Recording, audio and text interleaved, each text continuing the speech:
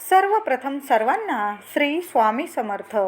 यावर्षी 2024ला संक्रांत कोणत्या रंगावर आलेली आहे, म्हणजेच कोणत्या रंगाचे वस्त्र साडी यावर्षी आपल्याला परिधान करायची नाही, घालायची नाही. तसेच या दिवशी कोणत्या रंगाची साडी वस्त्र परिधान करायचे आहे आपल्याला. नवी नवरी असेल तर तिने कोणत्या रंगाची साडी यावर्षी 2024ला परिधान करायची आहे, संपूर्ण माहिती जाणून घेणार आहोत. तुम्ही आपल्या चॅनलवर नवीन असाल कृपया चॅनलला नक्की सबस्क्राईब करा.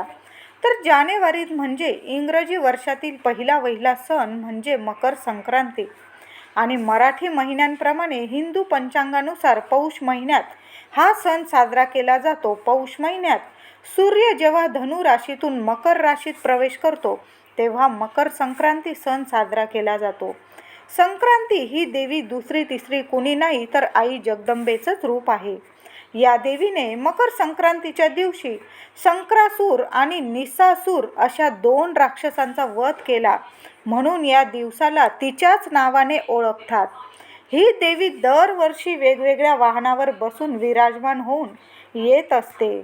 संक्रांती देवीच्या हातात दरवर्षी वेगवेगळे शस्त्र असतात. वेगवेगळ्या रंगाची साडी वस्त्र परिधान केलेली असते, नेसलेली असते देवी. दरवर्षी देवीचे वाहन बदलते, शस्त्र बदलते आणि वस्त्रांचा रंग सुद्धा बदलतो. प्रत्येक वर्षी थोडाफार बदल हा संक्रांतीमध्ये होत असतो. संक्रांती देवी दरवर्षी एक वेगळं रूप धारण करून येत असते. तर दरवर्षी देवी संक्रांती ज्या रंगाचे वस्त्र परिधान केलेली असते ते वस्त्र संक्रांतीच्या दिवशी आपण सर्वांनी घालू नये, परिधान करू नये असे म्हटले जाते शास्त्रानुसार. मकर संक्रांतीनंतर हवामानात थोडाफार बदल होऊ लागतो. थंडी थोडी कमी होऊ लागते, हवेतील गारवा कमी होऊ लागतो आणि वसंत ऋतूचे आगमन होते.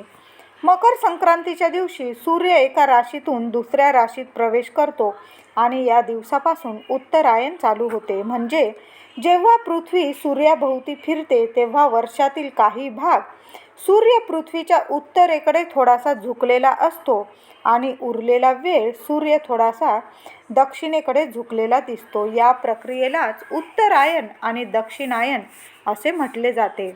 संक्रांतीच्या दिवसापासून दिवस तिळातिळाने थोडा हळूहळू मोठा होत जातो. रात्रही थोडी तिळातिळाने लहान होत जाते. संक्रांतीच्या आधी दिवस लहान व रात्र मोठी असते. संक्रांतीनंतर दिवस मोठा व रात्र लहान होत जाते.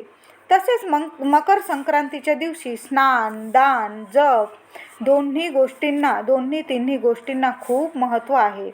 पवित्र नदीमध्ये या दिवशी स्नान करणे खूप शुभ मानले जाते. यामुळे सूर्यदेवाचा आशीर्वाद आपणास मिळतो. या दिवशी दान केल्याने सर्व मनोकामना पूर्ण होतात, पुण्यप्राप्ती आपल्याला मिळते. या दिवशी सूर्यदेवांची पूजा, अर्घ्य देणे खूप शुभ मानले जाते. प्रत्येकाने या दिवशी ओम सूर्याय नमः, ओम सूर्याय नमः मंत्र जपत सूर्यदेवांना अर्घ्य द्या.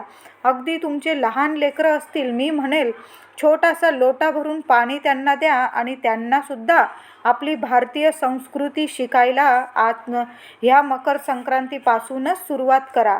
लहानसा त्यांच्यासाठी कमंडलूसारखा अगदी छोटासा लोटा पाणी भरून त्यांच्या हातात द्या आणि सूर्यदेवांना अर्घ्य देण्यासाठी मकर संक्रांतीपासून मुलांना सुद्धा शिकवण द्या आपल्या भारतीय संस्कृतीची.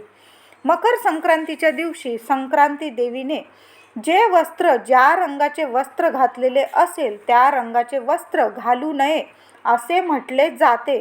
दरवर्षी देवी वेगवेगळ्या रंगाचे कपडे घालून येत असते, वस्त्र नेसून येत असते, म्हणून त्या रंगाचे कपडे घालू नये असे म्हणून आपण पूर्वपार ऐकत आलेलो आहोत की मकर संक्रांतीच्या दिवशी काळ्या रंगाचे कपडे घालावे. या दिवशी काळा रंग अतिशय शुभ मानला जातो.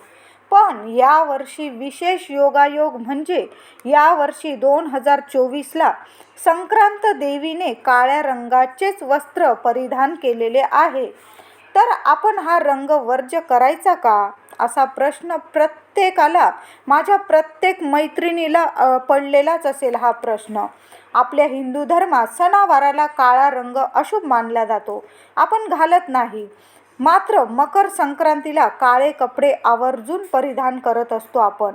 कारण मकर संक्रांती ही थंडीत येते आणि काळा रंग आपल्या शरीराला ऊब देतो, गरमी निर्माण करून देतो. पण यावर्षी संक्रांती देवीनेच काळे कपडे वस्त्र घातलेले आहे, म्हणजे यावर्षी संक्रांत ही काळ्या रंगावर आलेली आहे. आणि आपल्याकडे पूर्वीपासून अशी परंपराच आहे की संक्रांती देवीने ज्या रंगाचे कपडे वस्त्र परिधान केले असेल त्या वर्षी त्या रंगाचे वस्त्र आपण परिधान करू नये, वर्ज्य करावे. आपण पूर्वीपासून ज्या रंगावर संक्रांत आलेली आहे त्या रंगाचे वस्त्र आपण घालत नाही, म्हणून यावर्षी काळा रंग वर्ज्य मानला गेला आहे. पण आपण आजपर्यंत परंपरेनुसार मकर संक्रांतीला काळ्या रंगाचेच कपडे घालत आलेलो आहे. तर बऱ्याच जणांना ही अंधश्रद्धा वाटत असेल, त्यांनी कोणताही नियम न पाळता काळा रंग आनंदाने घालू शकता. पण आपल्या हिंदू धर्मातील चालीरीती परंपरेनुसार दरवर्षी संक्रांती देवी ज्या रंगावर येत असते तो रंग वर्ज्य मानतो आपण. पण मला असे वाटते, जरी स्त्रियांनी काळी साडी नाही घातली तरी सौभाग्यशाली रंगाच्या साड्या, गडद रंगाच्या साड्या त्यांनी अवश्य नेसाव्या.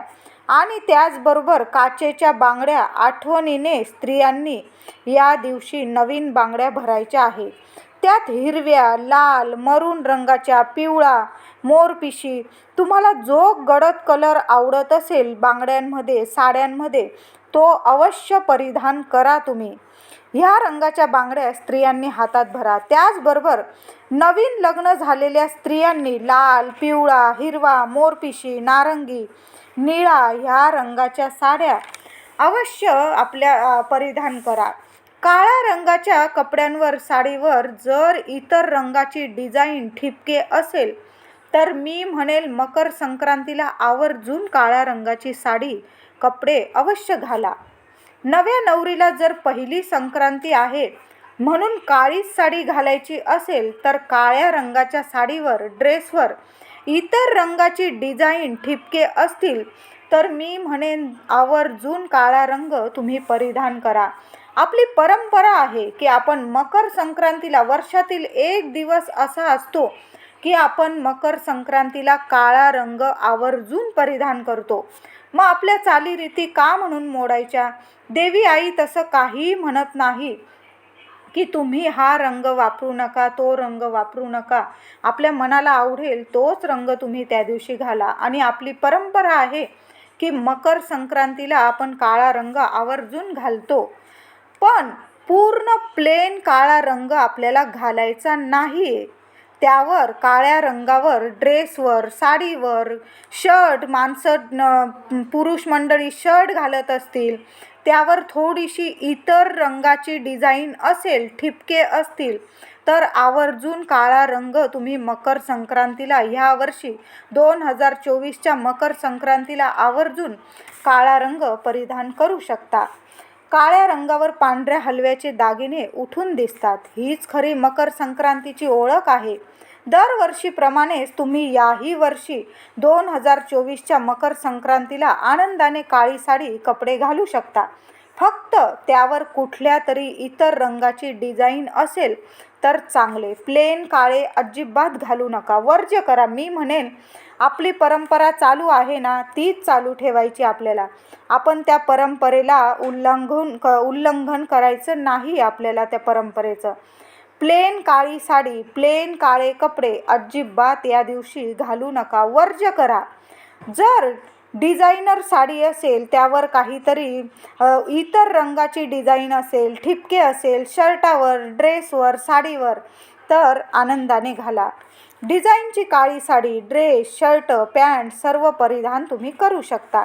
अजिबात वर्ज्य करू नका. फक्त प्लेन साडी असेल, शर्ट असेल, ड्रेस असेल काळ्या रंगाचा प्लेन, तो अजिबात घालू नका, वर्ज्य करा. पण त्यावर डिझाईन असेल इतर रंगाची, मग मस्त आनंदाने घाला.